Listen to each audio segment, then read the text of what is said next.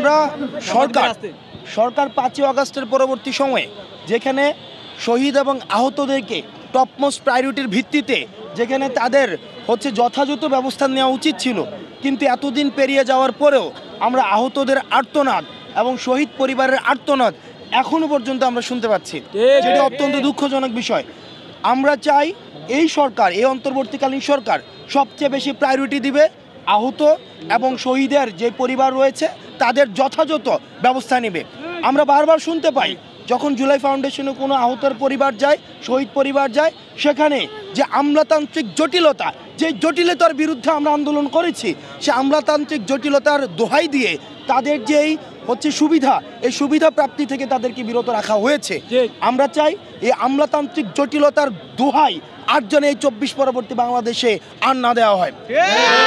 সর্বশেষ কুমিল্লা এই ফেসিবাদের বিপক্ষে সবসময় একটি শক্তি হিসেবে আবির্ভূত হয়েছে। হাসিনার নির্ঘুমের কারণ ছিল এই কুমিল্লা।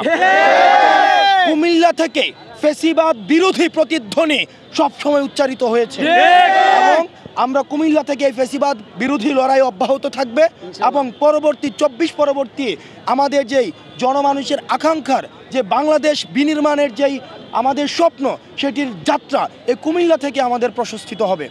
এবং আমরা আমাদের জায়গা থেকে অন্তর্বর্তীকালীন সরকারকে আহ্বান জানাবো, আপনারা যদি মনে করে থাকেন, আপনারা মাঝে মাঝে আমরা বলতে শুনি, আপনারা দোহাই দেন, বিভিন্ন দোহাই যে সিন্ডিকেটের হাত পরিবর্তন হয়েছে, চাঁদাবাজির হাত পরিবর্তন হয়েছে, টেন্ডারবাজির হাত পরিবর্তন হয়েছে।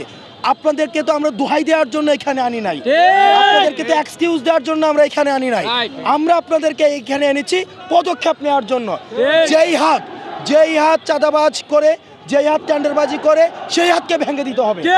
সুতরাং আপনারা যদি মনে করেন এক্সকিউজ দিবেন, সুতরাং এক্সকিউজ দেওয়ার সুযোগ আপনাদের নেই, আপনাদেরকে যথাযথ পদক্ষেপ নিতে হবে। আমরা